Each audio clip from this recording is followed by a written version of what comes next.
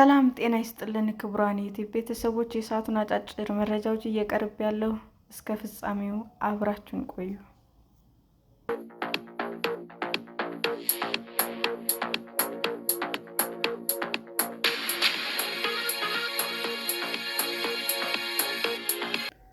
የእስራኤል ጦር ከ40 ዓመት በፊት የሞተ ወታደሩን አስከሬን ፍለጋ በሊባኖስ ያካሄደው ዘመቻ ያስከተለው ከባድ ጉዳት። እስራኤል በኢራን ከሚደገፈው ሂዝቦላ ጋር የምታደርገው የምድርና የአየር ውጊያ ተከትሎ በሊባኖስ በርካታ ሰዎች ተገድለዋል። የሊባኖስ የጤና ሚኒስቴር እንዳስታወቀው በምስራቅ ቤኬያ ሸለቆ የእስራኤል ጦር አንድ ምሽት ባካሄደው ዘመቻ ቢያንስ 41 ሰዎች ሲገደሉ 40 ደግሞ ቆስለዋል። ከሟቾቹ መካከል 3 የሊባኖስ ወታደሮች የሚገኙበት ሲሆን የአካባቢው ነዋሪዎች ሕፃናትን ጨምሮ ሰላማዊ ሰዎች መገደላቸውን ተናግረዋል።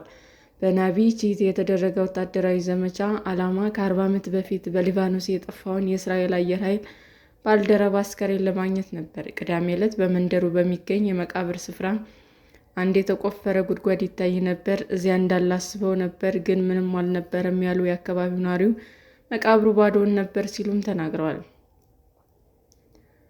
በከተማ ውስጥም በመሳሪያ የተመታና የወደመ መኪና በጥይት ተበሳስቶ መቀመጫዎችን በደም ተለውሰው ይታያሉ። በአካባቢው ያሉ ሕንፃዎች ወደ ፍርስራሽ ክምርነት ተለውጠዋል። መሬቱ ላይ የደረሰው ፍንዳታ ተከትሎ አንድ ትልቅ ጉድጓድ ተፈጥሯል። በፍርስራሾች ውስጥ የሕፃናት መጽሐፍ፣ ስዕሎችና የማብሰያ ዕቃዎች ጨምሮ የአካባቢው የሰላማዊ ሰዎች መኖሪያ እንደነበረ የሚያሳዩ ማስረጃዎች እዚያም ይታያሉ። በአካባቢው የሚንቀሳቀሰው ሂዝቦላ ጋዜጠኞቹ የወደሙትን መጠን እንዲመለከቱ ወደ መንደሩ እንዲገቡም ፈቅዷል። ይህ ታጣቂና የፖለቲካ ቡድን በዩናይትድ ኪንግደም፣ በአሜሪካ እና በሌሎች አገራት አሸባሪ ድርጅት ተብሎ ተፈርጇል። የሊባኖስ ጦር አርብ ምሽት 4 የእስራኤል አውሮፕላኖች ሊባኖስ ከሶሪያ ጋር በምትዋሰንበት ድንበር አቅራቢያ ሲመጡ ማየቱን አስታውቋል። ሁለቱ ካረፉ በኋላ የጦሩን ልዩ ኃይል አባላት አውርደዋል። ትልቅ የአየር ድብደባ ወዲያው መጀመሩን ጨምረው ገልጸዋል። በሂዝቦላ እና በእስራኤል መካከል ከሚደረገው ጦርነት ራሱን ለማግለል የሞከረው የሊባኖስ ጦር ሰራዊት እንዳስታወቀው ወታደሮቹ ያረፉበትን ቦታ ለመለየት ፈጣን የማንቂያና የመከላከያ እርምጃዎች ወስደዋል ብለዋል። በናቢቺቲ የእስራኤል ወታደሮች እና የሂዝቦላ ተዋጊዎች እንዲሁም መኖሪያቸውን በሚከላከሉ ሲቪሎች መካከል ግጭት ተቀስቅሷል።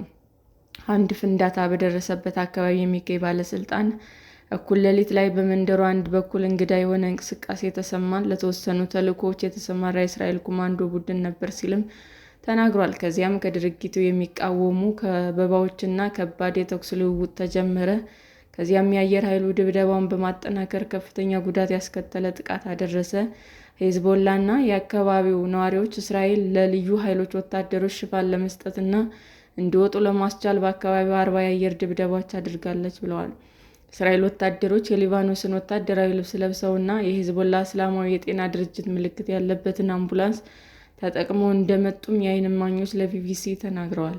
የሊባኖስ ጦር አዛዥ በኋላ ይህንን ለአካባቢው መገናኛ ብዙኃን አረጋግጠዋል። ነገር ግን የእስራኤል መከላከያ ሰራዊት አስተያየት እንዲሰጥ ቢቢሲ ላቀረበለት ጥያቄ ምላሽ አልሰጠም። መንደሩ እስራኤል ነዋሪዎች ለቀው እንዲወጡ ትዕዛዝ ያስተላለፈችበት ሲሆን የአካባቢው ነዋሪዎች እንደሚሉትም ዘመቻው ከመጀመሩ በፊት ዳግም ሰላማዊ ሰዎች አካባቢውን እንዲለቁ ትዕዛዝ ተላልፎላቸዋል።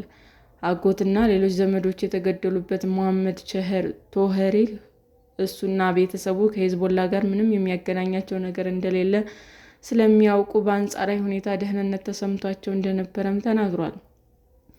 አጎቴና ልጄ ጡረታ የወጡ ወታደሮች ናቸው። ሌላኛው ልጅ ደግሞ መምህር ነው። ከማናቸውም የፖለቲካ ፓርቲ ጋር ግንኙነት የለንም። እኛ ሺኤዎች ነን። ሂዝቦላን እንወዳለን፣ ግን የሂዝቦላ አባላት አይደለንም። ሁላችንም የሊባኖስ ጦር አባላት ነን ብለዋል። ዛሬ ምን ሊሰማኝ ይገባል? ይህ አጎቴ፣ ልጆቼና ልጆቻቸው ናቸው። ቤተሰቡን ከፍርስራሹ ስር ለማውጣት ቦልዶዘር ይዞ የመጣ ሌላ ዘመዱ በመንገድ ላይ በተነሳ ግጭት በጥይት ተመቶ መሞቱን ተናግሯል። ሌላ የአካባቢው ነዋሪ በእስራኤል ልዩ ኃይል ጥቃት ከተገደሉት ሰዎች መካከል የመሐመድ አጎትና ሌሎች ዘመዶቹ እንደሚገኙበትም አስረድቷል። የእስራኤል ጦር ቢቢሲ ላቀረበለት ጥያቄ ምላሽ አልሰጠም።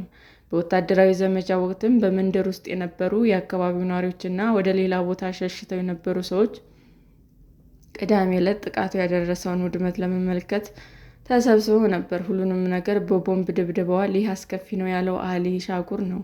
እዚህ በነበረው ሰው ተገርመው ይመስለኛል። ምክንያቱም በቦምብ ሲደበደቡ ሁሉም ሰው እንደለቀቀ ያስቡ ነበር። በመንደር ውስጥ ያለ ሌላ ሰው ደግሞ ሰዎች የልጆቻቸውን እንዲወጡ አድርገው፣ ሌሎች ግን እዚያው ቆይተዋል። ምክንያቱም ማንኛውም ጥቃት ከዚህ በፊት ካጋጠማቸው ጋር ተመሳሳይ ይሆናል ብለው ነበር ያመኑት። ብዙውን ጊዜ 2 ወይም 3 ቤቶች ይመቱ ነበር። አሁን ግን የተለየ ነበር። ያለማቋረጥ ነበር ድብደባው የሚፈጸመው። ምን ያህል ትልቅ እንደነበር ማየት ትችላለህ ብሏል። ግን እዚህ ያለን አንበገርም የምንልና ተገዳድረናቸዋል። ተገዳድረናቸዋል። በፈረሱ ቤቶች ዙሪያ የምትዞሩ አንዲት ሴት እስራኤል ፍትሐዊ በሆነ መንገድ እያጠቃች ነው፣ እኛ ሄዝቦላ ነን እናም እናሸንፋለን ስትል ትጮኻለች። የእስራኤል ጦር በአንድ ሌሊት ባካሄደው ዘመቻ አንድም የሰራዊት አባል እንዳልተጎዳ አስታውቋል። አክሎም የሞቱትና የጠፉት የእስራኤል ልጆች በሙሉ ወደ ቤታቸው ለመመለስ ባለን ጥልቅ ቁርጠኝነት ቀንም ሆነ ሌሊት ያለማቋረጥ ዘመቻ ማካሄድ እንቀጥላለን ብሏል። ነገር ግን የሮና ራድ ባለቤት ታሚ የእስራኤል መሪዎች የወታደሮችን ሕይወት አደጋ ላይ እንዳይጥሉ አሳስባለች። እስካሁን ድረስ የምናደርገው በውሳኔ ሰጪዎች ግንዛቤ እንዳልገባን እንረዳለን። ስለዚህ ግልጽ ማድረግ አስፈላጊ ነው። በሩ ላይ ምንም እንደደረሰ ለማወቅ ያለን ፍላጎት የእስራኤል ወታደሮች አደጋ ላይ የሚጥል ከሆነ ወዲያውኑ ይቆማል ስትል በፌስቡክ ገጿ ላይ ጽፋለች። በእኛ እይታ የሕይወት ቅድስና የሚመጣው የተዋጊውን አስከሬን ለቀብር ለመመለስ ከመወሰን ቁርጠኝነት በፊት ነው። የእስራኤል ጦር ቅዳሜ ዕለት ባወጣው መግለጫ ሌሊቱን በደቡባዊ ሊባኖስ እና በምስራቃዊ ቤካ ሸለቆ የተፈጸሙትን ጥቃቶች የሂዝቦላ የጦር መሳሪያዎችና የአሸባሪው ሂዝቦላ ወታደራዊ ቦታዎችን መምታታቸውን ጠቅሷል። በናቢ ቺቲ ዙሪያ በተፈጸሙ ጥቃቶች ኢላማዎች ላይ አስተያየት እንዲሰጥ ቢቢሲ ላቀረበው ጥያቄ ግን ምላሽ አልሰጠም። የሊባኖስ ጤና ሚኒስቴር እንዳስታወቀው ከሰኞ ጀምሮ በእስራኤል ወታደር እርምጃ ቢያንስ 294 ሰዎች ተገድለዋል። በመንደር ውስጥ አንዳንዶች በደረሰው ጉዳት ሲያዝኑ፣ ሌሎች ደግሞ እስራኤል የወታደሯን አጽም ማግኘት እንዳልቻለች ከተገነዘቡ በኋላ ድል እንደተሰማቸው ተናግረዋል። ቆመው መጡ ግን አጎንብሰው እንደሄዱ አድርገናል ሲልም አንድ ሰው ተናግሯል።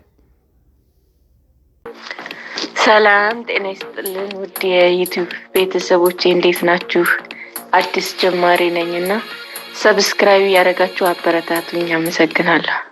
የዩቲዩብ አድማጮቻችን ለሰዓቱ ያቀረብኩላችሁ አጫጭር መረጃዎች ይህንን ይመስል ነበር። በሌላ መረጃ እስክንገናኝ ሼር፣ ላይክ፣ ሰብስክራይብ እንዲሁም ቢቀርብልን የምትሉት መረጃ ካለ ኮሜንት እያደረጋችሁ ቸር ቆዩን።